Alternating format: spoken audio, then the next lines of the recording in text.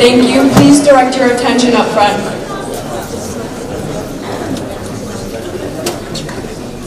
We would like to thank our candidates running for governor for supporting North Kingstown High School's Candidates Day. After a student briefly introduces their candidate, a candidate will get a minute to offer a brief introduction about them. Then each session will run for around 20 minutes. Starting with Mr. Gizzarelli, his sponsoring student will now offer a brief introduction.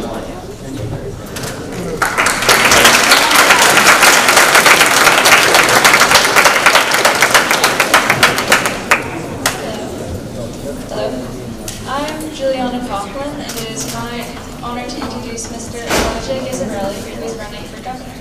Mr. Gizzarelli is running as a libertarian in order to protect the individual rights like life, liberty, self-determination, and bodily autonomy. Mr. Gizzarelli is against the war on drugs and plans to pardon all inmates with nonviolent drug convictions. It is my pleasure to introduce this gubernatorial candidate, Mr. Elijah Gizzarelli.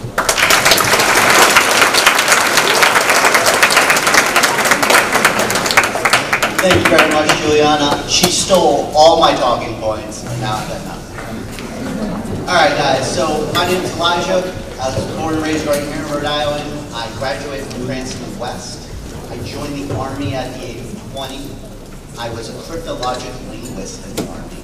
I was a French and Arabic translator doing counterterrorism operations stationed in Europe.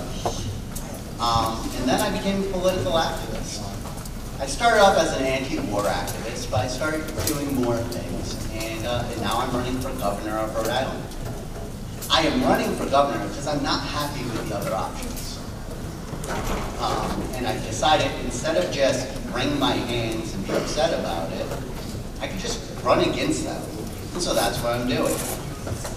As governor, running for governor is important to me because I see so much being going on, like throughout the country, but right here at home.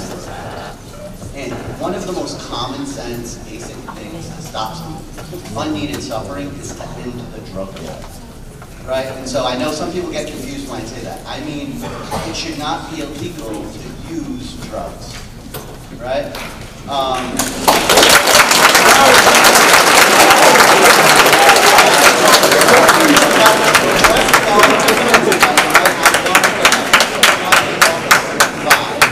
I don't actually think using drugs is a good idea. I would not recommend it, right?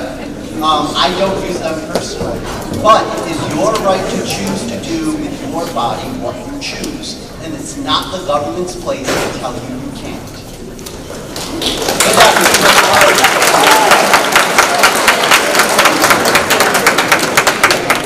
Thank you for your remarks. At this time, there will be a microphone in front of the stage, and we're offering students to come up and ask questions. Although this participation is first come, first served, students are encouraged to participate in asking questions.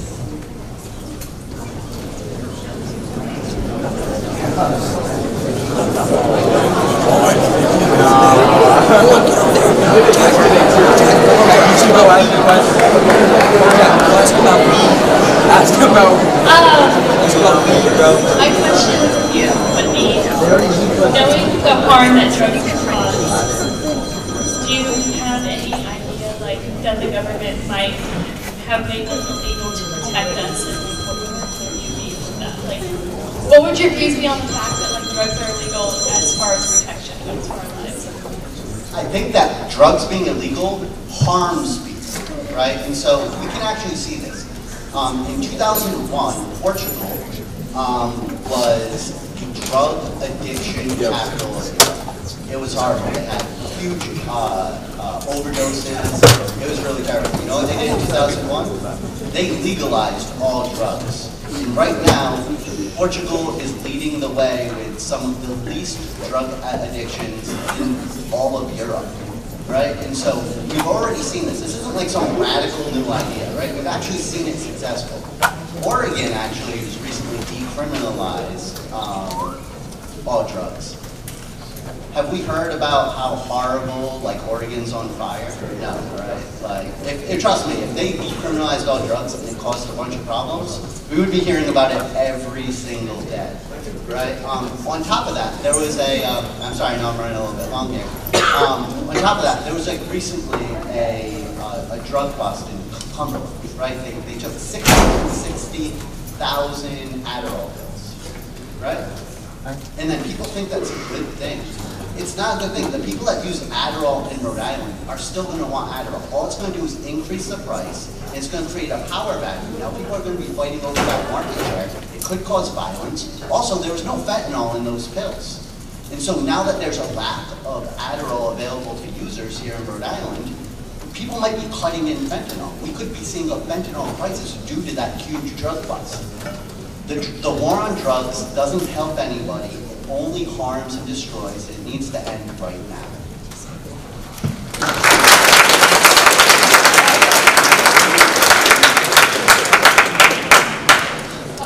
What is your opinion on banned books, specifically genderqueer? Banned books? Yeah. I think that you should read as many banned books as possible.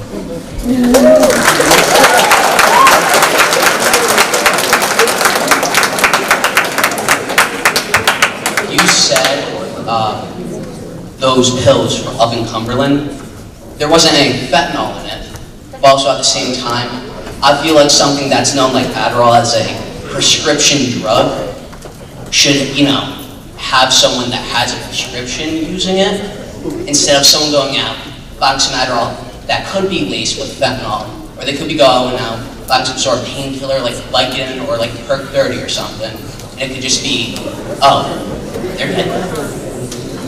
I agree.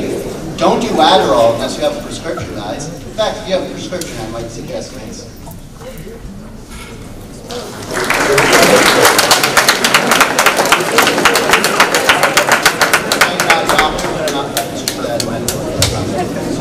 I know you want to decriminalize all drugs. What's your opinion on underage drug usage? I don't think you should do it.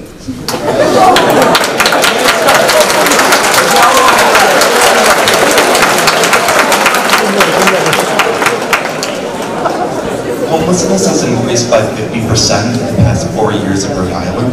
I was wondering how you would address that issue if you became governor. Well, all right. So poverty is something that breaks my heart. I grew up in poverty, right? I have 6 brothers and sisters. I'm the middle child of 7, a single mother. Only three of my brothers and sisters actually even graduated high school, right? I'm very familiar with addiction. I'm very familiar with homelessness, right? And I'm very familiar with poverty. It's horrible, but it's a very complicated issue. And so what I like to say all the time is that the government breaks your leg, and then they give you a crutch, and they say, if it wasn't for me, you couldn't walk. And then they start talking about, oh, we got this new kind of crutch. We got this kind of crutch. And I'm saying stop breaking people's legs. Homelessness has increased because of the COVID lockdowns, right? They destroyed small businesses. They destroyed the economy here in Rhode Island. So I'm saying stop breaking people's legs. And so as governor, I would help to ameliorate the situation by getting government out of the way of the economy and allowing Rhode Islanders to walk all by themselves.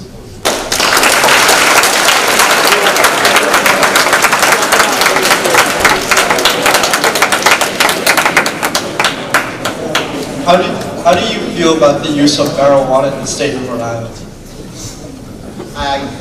I don't think it's going to harm you all that much, but again, I don't think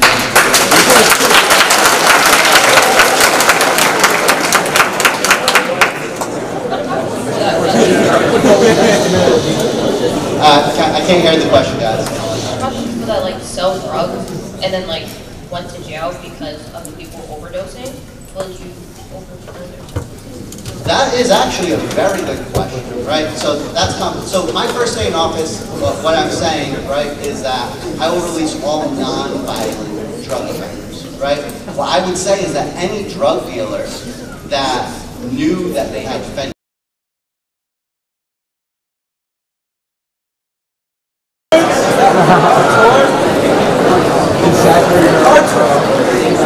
Please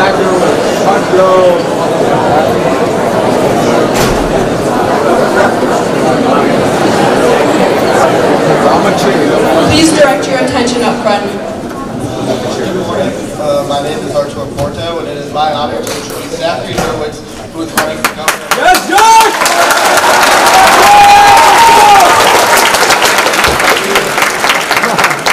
Mr. Hurwitz supports building more affordable housing and supports increasing mental health resources for students and teachers. It is my distinct pleasure to introduce our next Rhode Island governor, Zachary Hurwitz.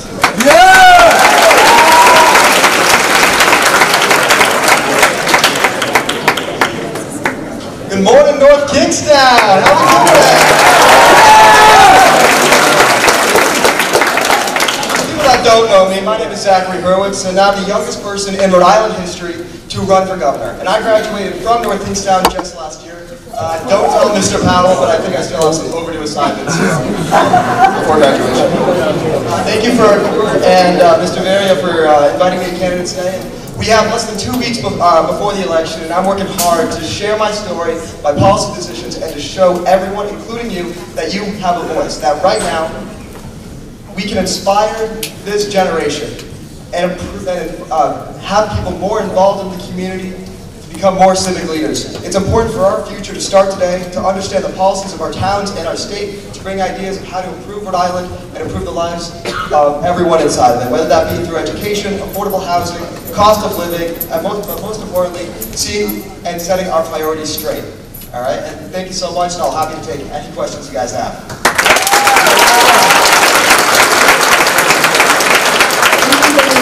We'll now be taking questions. Any student with a question may come up to the front of the stage.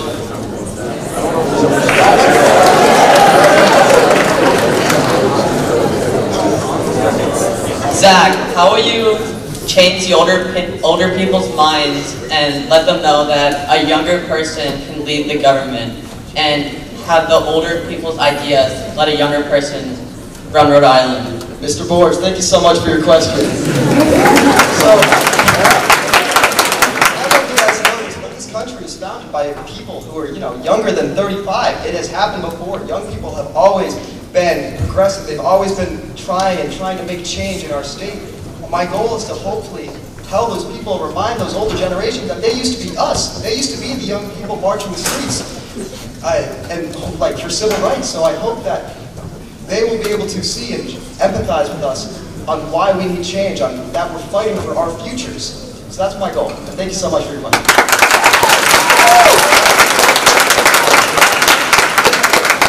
So, Mr. Hurwitz, I saw on your campaign's Instagram page that you have a plan to reduce gun violence in Rhode Island. Would you care to share that plan? Yeah, of course. Thank you so much for your question. As of right now, one of my plans for gun violence is just common sense. That's at the end of the day. I'm sorry, but even the shooting in St. Louis just yesterday could have been preventable, right? All right. So whether that be mental health checks for people with for people buying guns, raising the minimum age for semi-automatic weapons from 18 to 21, anything that we can do that can make sure that our Second Amendment right is protected, but also making sure that there's common sense when it comes to protecting our citizens. No child should have to go to school wondering if it's going to get shot up. That's a horrible way to live. No person should go to church wondering if that is the last day they'll live. That's not the correct way to live, and hopefully we're able to change that.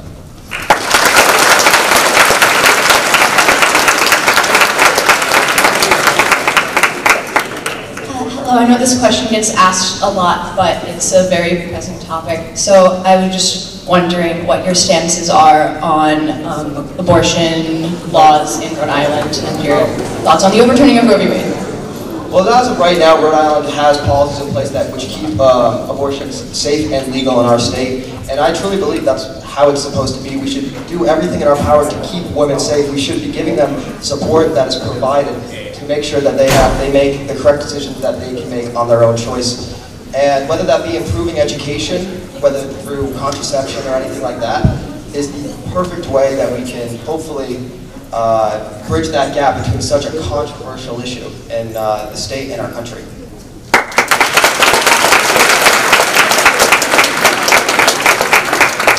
Hi, this probably isn't a helpful question if I'm being honest, but you didn't say this in your introduction speech. Where do you politically identify as are you an independent or are you a Democrat or Republican? Because I don't know if it's super relevant when you're running for governor, but I kind of think it would be an interesting thing to know. No, it's a good question. I mean, and the thing is, right now, if you identify yourself as a Democrat or Republican, you automatically alienate the entire other side of the conversation. That's why I'm running as an independent, so people can look past the D, the R, or the I next to the name, but to actually look closer into my policies to see if they agree with me. Because you can't just not listen to a person just because they have a D or an R next to their name. You actually have to make sure that those policies that you're voting for and the policies that you're against, you have to make sure that how it's going to affect you, your families, and your neighbors.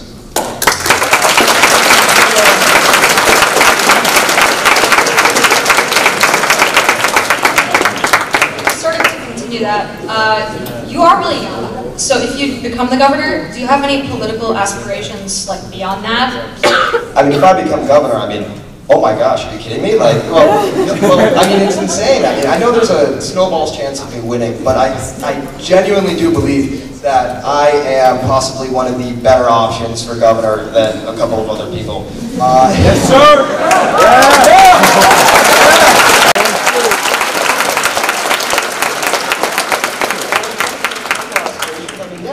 I genuinely do believe that young people should be more involved in the community, and I hope to inspire some people to get more active in politics and be more active in their community in general. But thank you. I like your response just there. Personally, I do think that, we need to work more as people. I came up here asking a question yesterday about, Seth Epstein, Alan Pong, some whole sort of debacle, but I like the stance you're taking, being an independent. But what are your views on taxation? Taxation in general? Or? Taxation in general. Do you take more of a Democratic side, more of a Republican side? I believe I'm more fiscal when it comes to it, because genuinely, I mean, no one likes taxes. We're taxed at one of the highest tax rates in the country in Rhode Island, which is absolutely horrible. One of my goals would be to try to have tax cuts for senior citizens and for veterans and people that fought for our country. So I believe I'm a little bit more fiscal when it comes to it, but we still have to figure out how we spend our money rather than raising taxes just to cover spending that we don't even know what we're spending on.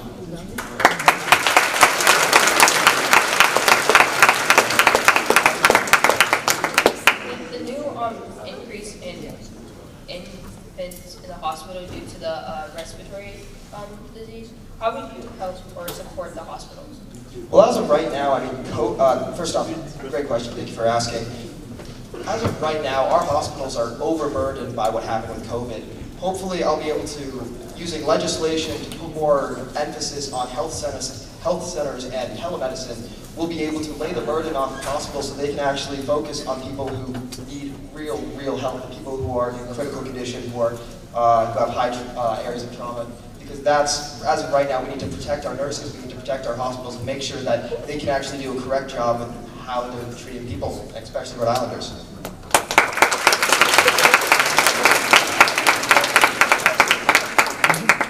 At the beginning of your introduction, you mentioned mental health. What are you going to do to help support our teachers and students that hasn't already been done? Thank you so much for asking that. That's I just want to take a real serious note here. This entire school, all the teachers, all students, we've been through so much in the past couple of years. I graduated here last year.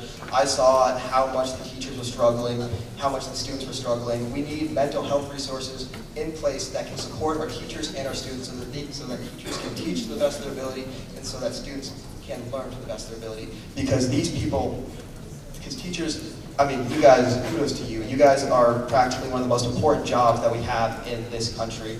And students, and you guys are the future of our generation. So we need to be taking care of both you guys, and we need to be supporting all of you through tough times and hardship.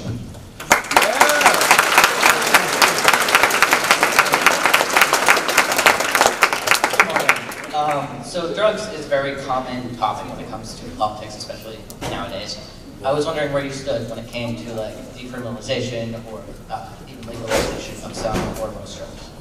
Well, it really depends on the damage that it causes to human welfare in general. If we're talking about, say, marijuana, I'm not against the legalization of marijuana. I do believe that there's been multiple studies that show the benefit of it for medically, and if people would like to buy it recreationally, I mean, yeah, of course, I do, yeah, of course, I'm not against that, and I do believe that we should be looking toward other states, such as Massachusetts, such as Colorado, to see how they regulate it, to see how they manufacture and distribute such type of substance.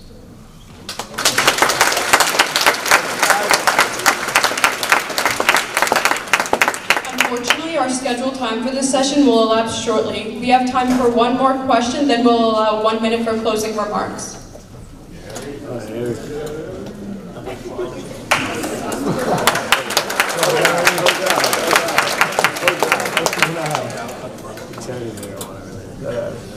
Just want to let you know, first off, you have my vote already. Yeah, I appreciate that. So I know, what are your opinions on teen drug use? Teen drug use? Yeah. I mean, of course, I mean, we've seen the studies about how it can negatively affect a person, and I'm strongly against it. I mean, and I don't recommend that you do it, simply put, because, obviously.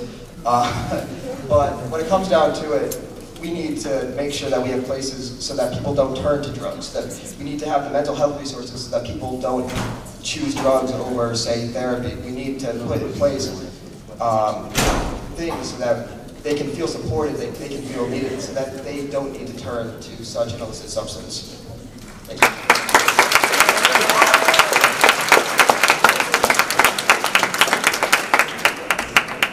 Closing statement? Well, thank you guys so much for having my time. It's truly been a pleasure, but I just want to say, this has just been absolutely amazing. It's been a wild ride, and I don't have millions of dollars in my bank to put ads on TV. In fact, like I said in my previous debate, I have like $3 in my wallet. I have not been invited, even though I haven't been invited to most of the debates, but I do have ambition. I have drive, and although it's an uphill battle for me, I am determined to share my voice and to show others that it's not about being on the left or being on the right, about having a D or an R, but by bringing people together, and to show that we are a great state, and to show that our generation can do great things and that we can change our own future. Thank you guys so much for having me. It's truly been an honor, and just make sure to back Zach this November. Thank you guys so much. My name is Ethan Ringler, and it is my honor to introduce Ms. Ashley Callis, who is a Republican candidate running for governor. Ms. Callis is a Gold Glove boxer and a successful small business owner. It is my honor to introduce our next governor, Ms. Callis.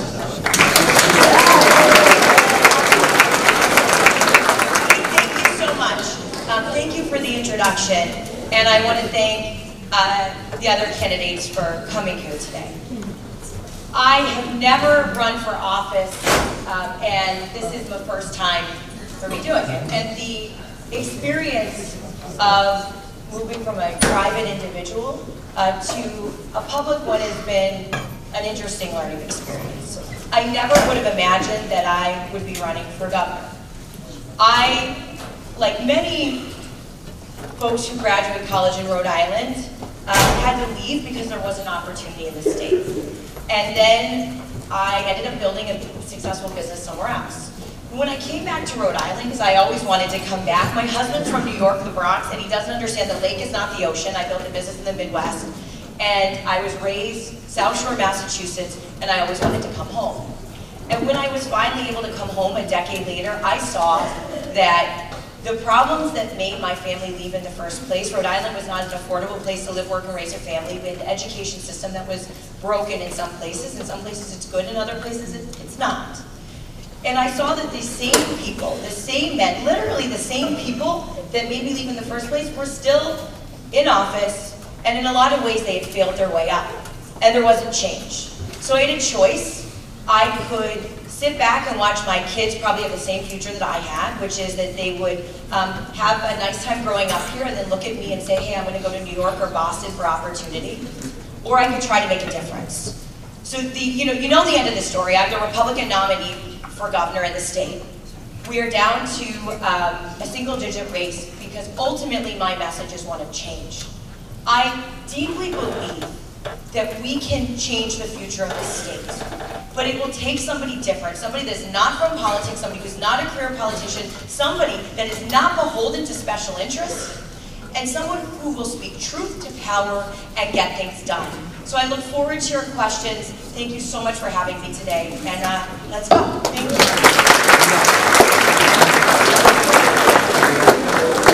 Thank you for your remarks. At this time, the microphone is available to any student who has questions.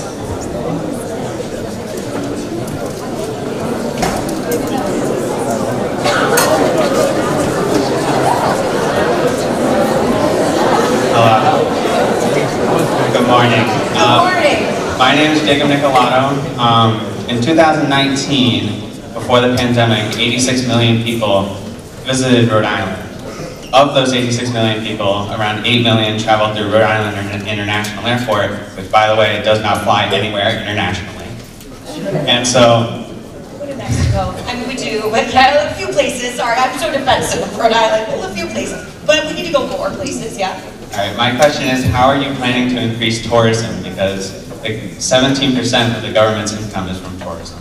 Yeah, and so in order for us to increase tourism, and that's a critical part of the blue economy, which I think we need to invest in. That is the economy of the future for Rhode Island. We've done studies of what the blue economy is. It is the sustainable use of the ocean for economic development. But overall, we need to create a better business environment so that businesses want to be here, companies feel that they can stay. What that looks like is it looks like reducing taxes and regulations so we're more competitive. Because when we look to our neighbors, when we look to Massachusetts and Connecticut, it's easier to do business there. Entrepreneurs feel that they can make it. I don't worry so much about big businesses, honestly. They'll be fine. They have lobbyists, they have lawyers, they always figure it out. It's small businesses, like the one I started a business, and it was just my husband and myself. We had a little baby, we came from medicine. We had an exam room, and we had two exam rooms in 1,000 square feet. And one person would be with the baby while the other person was with the patient. We'd have 8 employees. And eventually we grew it to a large multi-million-dollar business the size of a small hospital. But the reality is that it is in that phase, when you are a small business, that it is the hardest to do business, and you need a government that is facilitative, that encourages entrepreneurship. If we do that, we will be able to bring more business into the state. But we have to have somebody who is willing to make the hard changes. All right, thank you. So you mentioned the education system. So what do you plan to do about the 25% absentee rate in Providence school systems? Yeah, so there was a report that came out that basically said that the school system is in crisis. And the reality is that we have RICAS scores that have not been released, that could be released, they're being held up for an election, which is unacceptable. We have trapped children in failing schools for a generation now. The absentee problem is part of a larger problem in Providence, a problem that relates to parental involvement, engagement, and having a school system that is functioning. We need to do the hard work of educational reform. Listen, I'll tell you, I was not a good student in high school. I was one of those kids that had high IQ, low performing, whatever they called. They sent me to college for high school because not every sort of school is for every sort of student. And so I probably was one of those high absentee kids. Like I didn't go when I didn't feel like it, until I was put into an environment that worked for me. And for me, that was going to UMass Boston for college during high school. So there are different reasons that kids are absent, but when we talk about Providence, there is a deep systemic issue, and we need someone to do the hard work of educational reform. The reason I was able to access education in that way is because in the 1990s, for the first time in 20 years, a Republican governor was elected, and they worked collaboratively with the legislature to ensure that they did the hard work of educational reform. Education was a constitutional right, a quality education. I benefited from that. People did not give up on me because they had to find a solution for me. That is what I want for all students in Rhode Island. And you need a different sort of leader to get that done. Thank you. Good morning. Hi, why do you love Rhode Island, but because you left it? Listen, that's a great question. And it's actually a question of privilege, right, a lot of times, which is you can love a place, but at the end of the day, if you have $250,000 of student loans, which back then that was a house. I didn't have a mom's house to move back into. My husband is the son of a Holocaust survivor. We did okay as a handyman, but there was no safety net for me. If we failed, there was nowhere to go. And so sometimes, if you talk about who has privilege and who doesn't, it's all about choices. And sometimes, if you don't have a support system, you have a lack of the ability to choose the life that you want, and it's hard. And so the first thing that I did when I had the ability to come back is we did come back.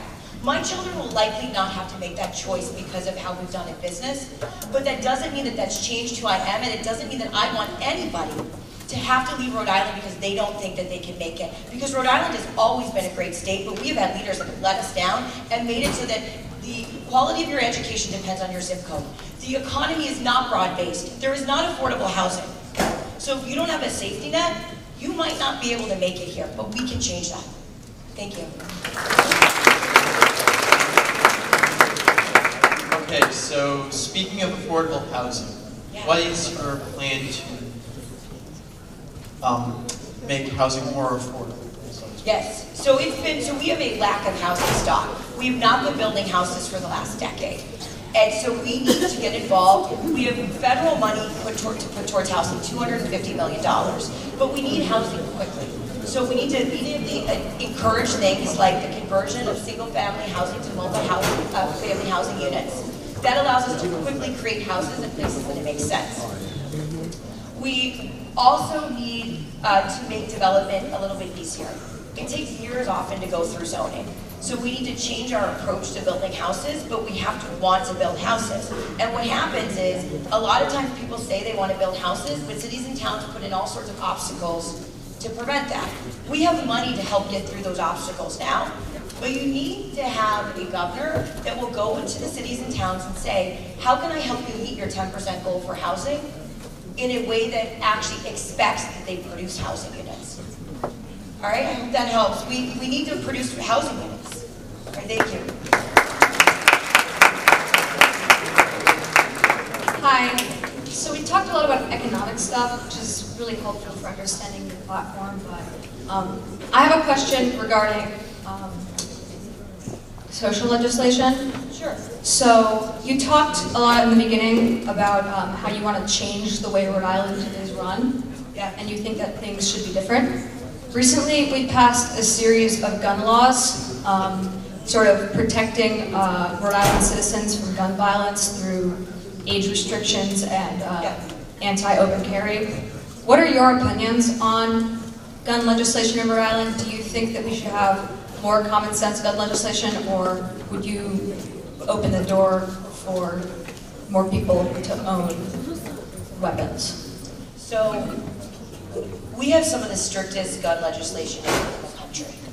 And unfortunately, that doesn't translate into preventing violence. So in terms of the gun laws that were recently passed, I supported the law with the long guns.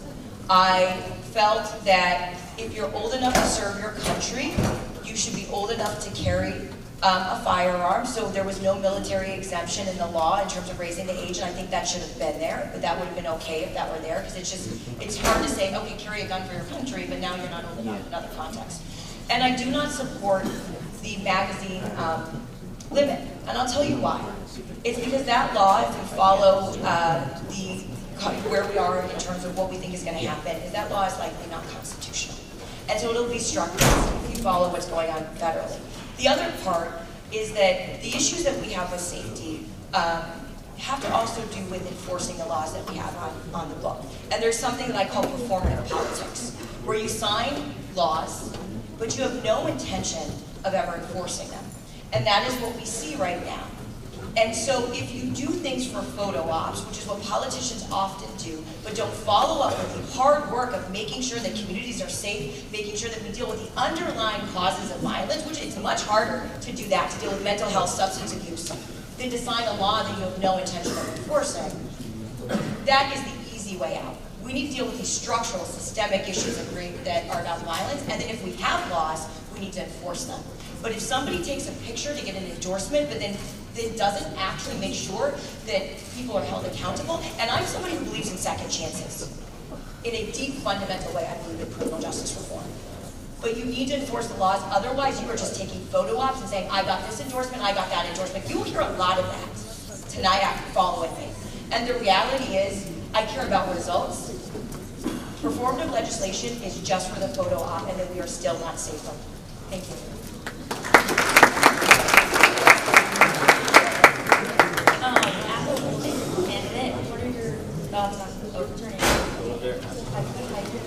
As a woman candidate, what are your views on the overturning of Roe v. Yeah, so this would, the way you phrase it also sort of, so the question is, when you're as a female candidate, what are my feelings about the overturning of Roe v. Wade? This process has been hard on me as a female candidate because I feel that this election, and if you've seen the commercials, my kids have seen the commercials about me saying I'm going to take away rights, and that's just not true. The right to an abortion was codified in state law in 2019. I believe that people spoke through their elected officials, meaning there is a right to an abortion in the state that will not change. And I believe that end was legitimate because people spoke through their elected officials. That's why we elect them. I will do nothing to change that law. And when I was asked about how I feel as a woman, I was honest, which is that I'm pro-life. I do not believe in late-term abortion. I went through difficult pregnancies, so as a person, that is not something for me. And the timing, and this is, we can talk about feminism, not being, all of this about being a woman candidate. The timing of my question, which is a deeply personal female question about myself, to my ability to do my job, is actually anti-woman. Meaning, I can believe, as a person, I can have a belief, and as governor, I will enforce the law. And the law is that there is a right to an abortion in Rhode Island. Nothing will change that. I can believe something privately and still do my job. And so I hope that the people here will hear that, because that was the most upsetting thing to hear, where you tie a personal belief as a woman to the ability to execute on a professional role. We are beyond that, and we need to be beyond that as a state. Thank you.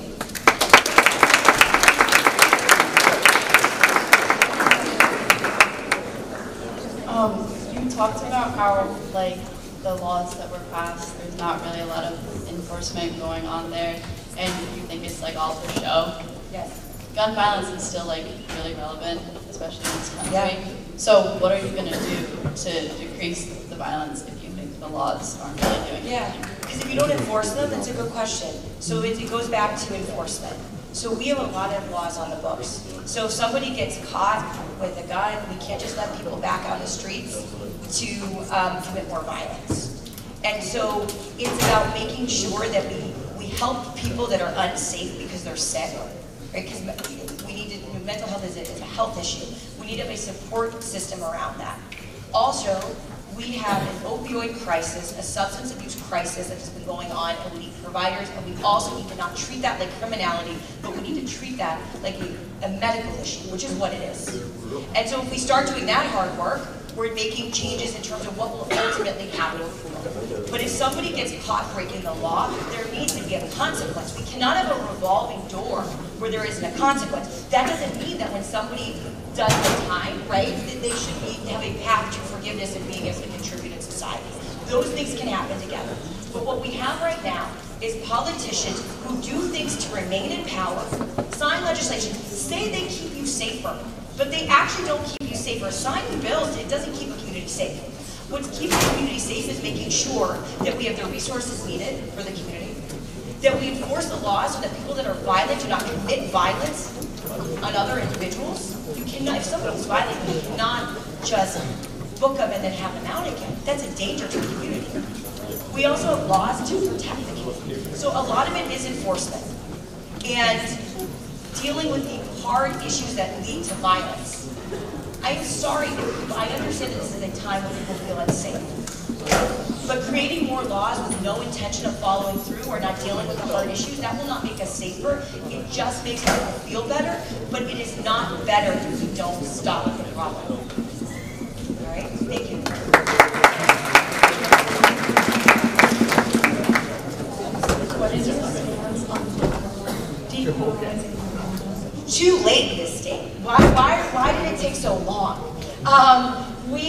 about not doing what the rest of the country's doing. I mean, Rhode Island is behind, was behind. That should have happened already. That should have happened a few years ago. Maybe that's because, I don't know, I'm probably one of the youngest candidates running for governor, so I didn't get what was taking so long. I'm 40. I know that might seem old to people here, but it's actually pretty young to be a gubernatorial candidate. So I'm for decriminalization of marijuana. We already made it legal. The only thing we need to make sure of is quality. Is that I want to make sure that people know what they're getting, because it's still a drug, which means it needs to be regulated, but we need to make sure that it's safe so that you know what you are getting. That's something we need to work on. We also need to work on making sure that if somebody was convicted of a crime that is no longer a crime, we need to make it a very sincere attempt in an efficient manner to make sure that there is expungement and people are not punished for things that are now legal. That's about second chances and making sure that we have an equitable society here. Thank you. Unfortunately, our scheduled time for this session will elapse shortly. We have time for one more question, then a minute for closing remarks. What is your plan to reduce the homeless population? Yes, so this is, we need to deal with our housing crisis. So we need short-term solutions to build housing units. So talking about that conversion of single-family homes to multifamily homes to making sure that can happen. But we also need to provide immediate shelter. We have 12 to 1,500 individuals right now who are going into the winter without a place to sleep. I was actually at a homeless march asking for immediate action because we have known this is going to be an issue and there is no shelter. And the governor has not taken action. There is no place. And these are our mothers, our fathers, our sisters, our brothers. I think we can find a place in our communities to make sure that people are not cold. And rather than just saying, I've written a check for this money, which is what you hear on the other side, in business, I don't just write checks. I say, when am I going to get what I'm supposed to get, and how many beds am I going to get? And we need to say that it is unacceptable that we don't have shelter. There is an ability to do that. Part of the reason we have this issue right now with homelessness that is an emergency is that communities have not been consulted. So what has happened is with the Nilo Hotel, which happened last year, is that there was an emergency shelter and the community was upset because they weren't engaged in the process. We did not learn from that example. And not only did we not learn, we did not plan for the crisis to continue in this year. So now there's no Nilo Hotel because the community doesn't want it. There's no conversations with communities to solve the problem. And at the end of the day, there are people that are still cold and do not have a roof over their head. And talk about an election season and consequences, what I will say is that there was talk of doing it in Cranston, but instead of providing a solution to shelter, which is what the governor should do, he will wait until after the election because he does not want communities to be mad at him for sheltering people. I would say that as a state, we are compassionate enough, we are small enough, we are able to deal with a solution, and it is cold outside now. We need shelter now. Thank you.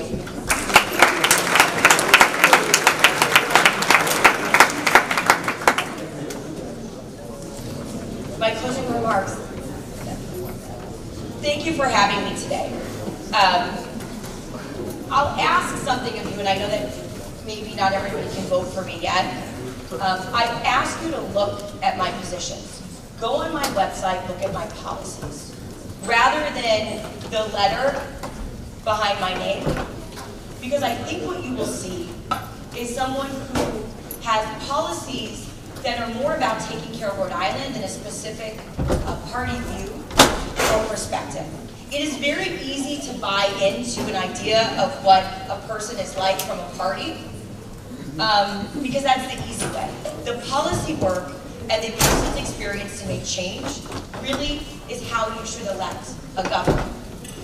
So I will say that for the last number of decades, it is the same sort of people who have been in positions of power. And that has resulted in an educational crisis, an economic crisis, and if we do not change things, nothing will change in the state. And while some communities are okay, others are not. And so this election is critically important for the future of the state because we are going into a recession. And we need somebody who's willing to do things like provide immediate relief, make sure we have shelter for the homeless, and ensure that we tackle the hard questions of education in the state. So I encourage you to look at my platform, listen to what I say, learn more about me, and consider voting for a person over a party. And if you like what I have to say, please tell others. Thank you so much.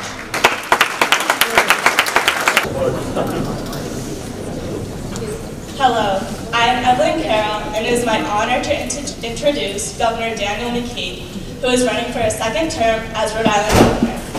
Governor McKee is our Democratic candidate for this year's election.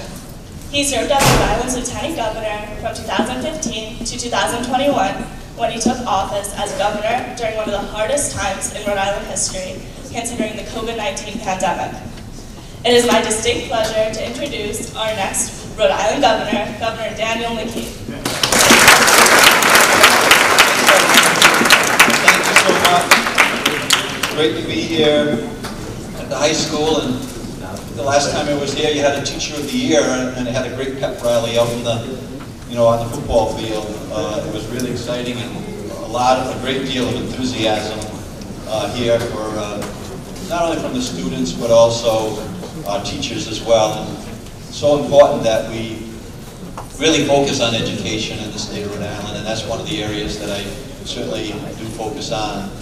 As Evelyn said, I was Lieutenant Governor and became Governor when former Governor Raimondo became Secretary of Commerce in the Biden administration.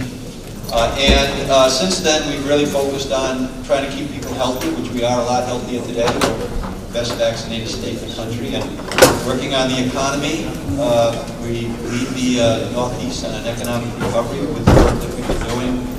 Focusing on education is a real key, and I'd love to talk about that if you have questions about that. And then equity issues across the board, I think are really important. Whether it has to do with race issues or LGBTQ issues, excuse me on that one, but a lot of letters to put together. But I think the point is, we need to make sure that we're supporting each and every person that lives in the state of Rhode Island, regardless of what they believe and how they live their lives. So, I would like to open it up, ask any questions you like, and I'd be happy to answer them.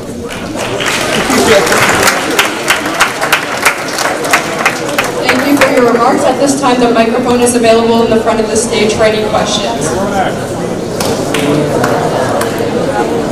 Good morning, Governor McKee. Good morning. Question. The truck tolls were meant to fund the repair of bridges and roads. What will happen to the bridges and roads if the truck toll is no longer viable?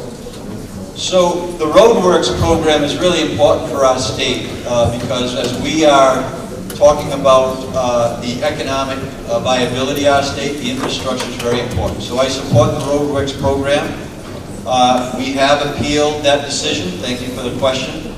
But we got to be prepared either way. If the ruling holds up, we're going to have to figure out another way to fund that through the budget. We are not going to tax any cars, and we're not going to. I would not support any expansion of the tolling. But right now, we're going to stop because of a court ruling, and then we've appealed it. We'll work to defend the position that the state took a few years back. And then we also will take a look at this current budget so that when we get back in January, the lost revenue on the tolling, we need to make sure that we find a way to put those dollars in because we've got to keep that program going. 27% of our bridges were unsafe when that program started. 17% now about unsafe. Within 3 years, we'll be less than 10%, which is going to be a very important thing. Not only on the roadworks for the roads and on the bridges, but also we're investing $91 million in our roads this year. I think you see them paving going on around the whole state of Rhode Island. And inside the budget that I just managed, we had the largest surplus in the history of the state of Rhode Island, and we took $100 million of that surplus, $100 million of that surplus, and freed up $400 million of federal money to do roads and bridges around the state of Rhode Island over the next few years. Good question. We've got to make sure that the Roadworks program keeps going. We'll appeal, and based on the decision of our appeal, we'll strategize to make sure that that program keeps on going to improve of our infrastructure in the state of Rhode Island.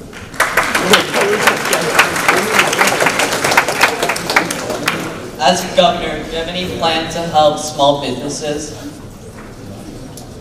So I had 10 minutes to open up my introduction. I am a small business person. My family has been in the small businesses for generations, and we have made small business a really important issue for Rhode Island. How many families own small businesses? You want to just raise your hand in here? No. Right. Yeah. So the small businesses are so important. So one of the first things I did, because coming out of the pandemic, we were really worried about whether the small businesses were going to stay open or not, and whether the people who had jobs at those small businesses were going to continue to have jobs. So immediately what I did was I put $30 million out for small business grants and spread out that over $5,000 grants to over 6,000 small businesses in the state of Rhode Island. That helped keep the lights on, helped maybe pay a rent, pay a mortgage. And right now, we continue to do that work. I leave here and I go to East Greenwich to visit a half a dozen small businesses. I was in the east side of Providence earlier in the week. One of the things we're doing, if you have a small business, your family's in small business, we're asking this question of all our small businesses. Let's level the playing field between Rhode Island and Massachusetts, right? Between Connecticut and Massachusetts, so that our small businesses are competitive. I'll give you an example. Last year in the budget, I put a small business-friendly article in the budget. That means when the budget gets passed, that those things that we submit become law. So just simply, I'll give you one example. So before last year, motorcycle shops, right? If you traded in a motorcycle in a shop in Connecticut or Massachusetts, a $5,000 trade-in on a $20,000 motorcycle, you paid sales tax on $15,000, right? The net, the difference. Rhode Island wasn't like that till last year. We put that in the budget. Now, if a motorcycle is sold, beginning October 1st, which I have a picture of the first motorcycle sold, the trade-in value offsets the sales price, and then we charge the sales tax on the difference, right? And that level the playing field. So we're trying to find level playing fields with our small businesses. I'll put another article in the budget this year about paint recycling, about issues that have to do with mattress recycling, and many other things. So if you have ideas, we'd love to sit and talk about with anybody who has interest in small business in the school here. I'd love to come back and actually sit down and talk to you about that. Okay? And I did, as a lieutenant governor, we ran a entrepreneur challenge for young businesses. Anybody here in business already? Anybody already started a business? Do you want to just yell it out what it is? No? But yes, we have a lot of high school students that are running businesses. I know you have a great business program because I just talked to, it's Connor, right? Yeah, Connor told me that there's a great business program here. So I'd love to come back and actually sit down and give you ideas on that. Okay? Thank you.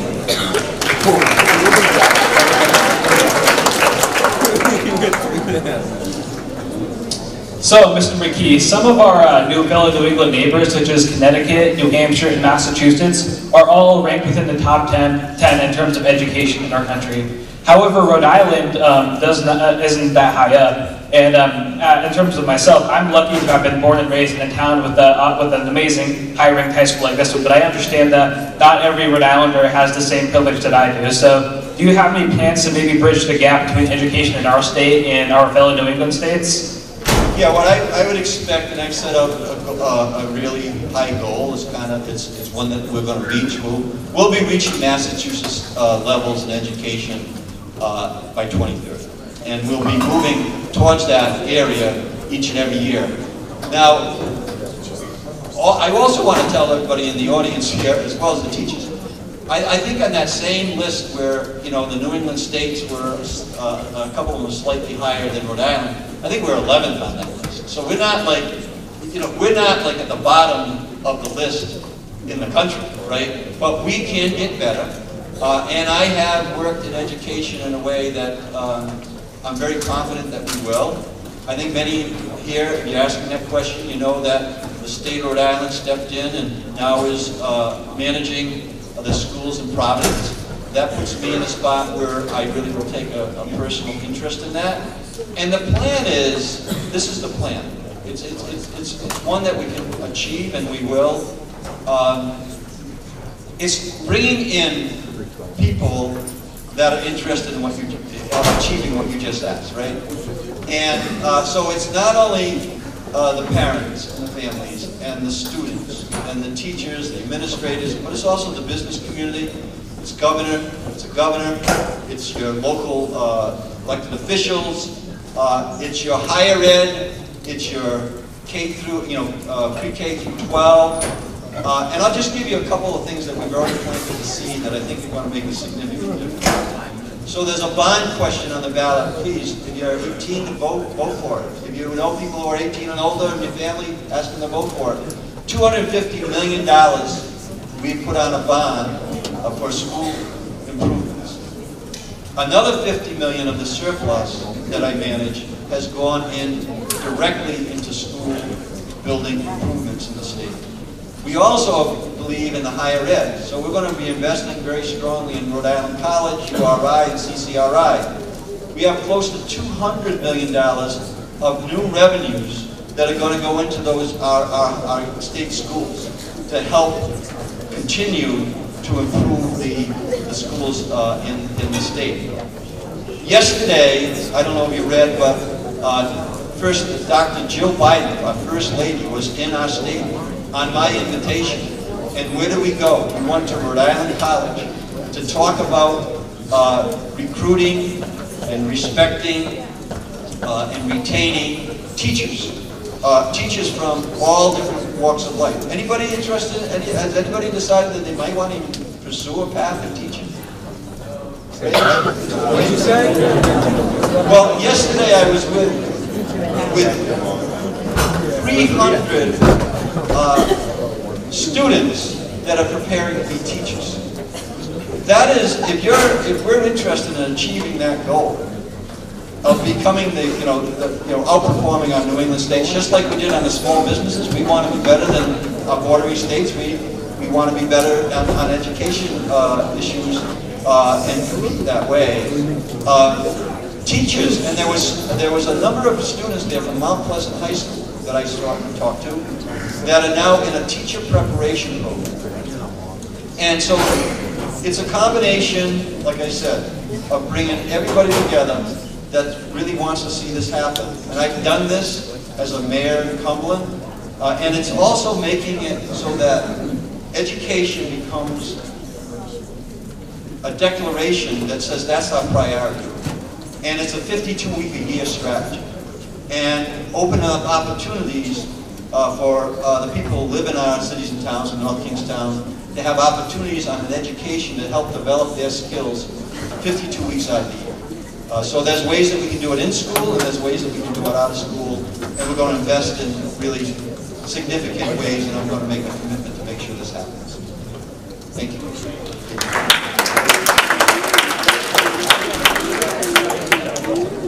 I know you mentioned the teacher education program. Do you have any other specific plans to deal with teacher shortages throughout the state, or to deal with student absenteeism throughout the state? So the question is to develop more teachers? Yes. That's why Dr. Biden was here with me yesterday. We really need to make sure that we do those three things, which is a national strategy, which we are adopting locally, which means recruit, retain, and respect our teachers. Because you're not going to achieve the levels of the last questioner asked to make sure that Rhode Island continues to improve on the scale to us the very best in the country unless you have really good teachers. And we need to support our current teachers in a way. My wife Susan was a career teacher, a reading specialist. I have a great deal of respect for those the teachers in the classroom today. But we also, when you're talking about developing and creating a core group of teachers in the future, we want to make sure that we include every community that makes up our communities, right? So if we want to make sure that the teachers represent the kids that they're teaching, right? I mean, we want to make sure that that is there. So I think what it is, I believe what it's going to be is for Rhode Island, it's going to be a really strong investment in our Rhode Island College and URI and CCRI with a very strong emphasis on the value of teachers. And what I expect is that I think that many people, even some that don't realize it in this audience, you're going to see a calling that says, I want to help others learn. I want to help others learn to read. I want to help others develop their skills in math. I want to help others, develop their leadership skills, their character skills, and that's what good teachers do. So we are all in, and I'm all in on making sure that we do everything that in our power to help all our students in the state today and in the future. So that's it.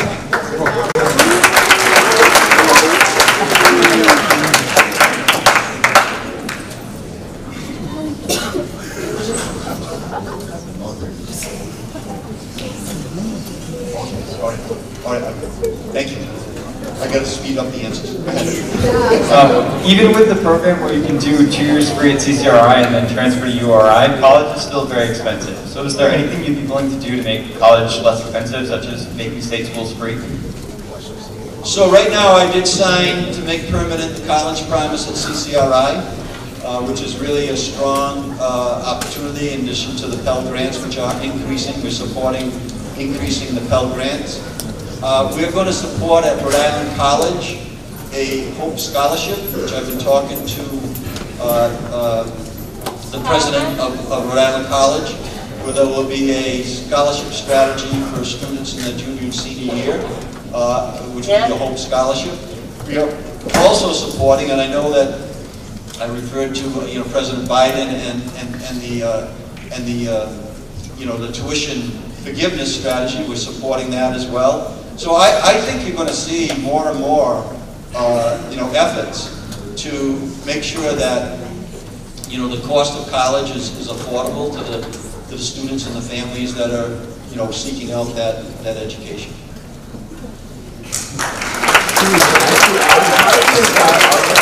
Unfortunately, our time for this session will elapse shortly. We have time for one more question, then around a minute for closing remarks. This is a very short question. I just gotta ask, why'd you call Miss Kalos a carpetbagger?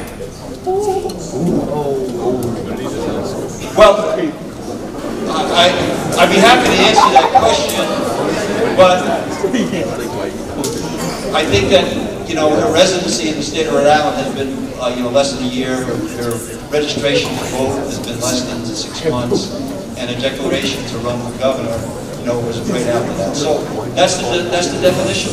Somebody who comes in, right, that has not been here for any length of time, and then campaigns for the highest office in the state of Rhode Island.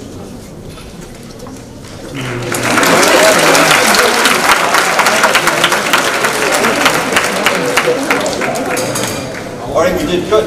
Thank you so much. I would just say that right now, Rhode Island has momentum like we've never seen before. #1 in vaccinations, leading the Northeast in the economy. The lowest unemployment rate in the history of the state of Rhode Island, and there's still good paying jobs available. We are investing in the people of the state of Rhode Island, whether it's in the fisheries in Galilee, or whether it's right here in North Kingstown and Quonset. Millions of dollars are being invested in that port to create good paying jobs for the people who live in our communities. The other piece that I really want to say, because the economy is important, but let's talk about the issues that really impact us personally. The decision by the Supreme Court to reverse Roe v. Wade was a travesty, in my opinion. We had Supreme Court justices, as they're confirmed, tell us that that was going to be the law of the land, and they did the exact opposite. This election, the governor in the state of Rhode Island, is a stark contrast between myself believes in gun safety policies to keep us safe, making sure that women have the right to choose, and someone who does not believe in that. Someone who has supported that Supreme Court decision. And then where is it going to end? Marriage equality? Voting rights? We need to make sure we protect not only the issues that drive our economy, but we also need to protect our rights, the things that we've earned. And reversing that in the state of Rhode Island makes no sense at all. Let's elect the Democrats that are on the ticket, who will believe in protecting our rights, who believe that we're heading in the right direction on an economy that's going to support our families, and who believe, as I do, that education is going to be key for the growth of the state of Rhode Island. Thank you all.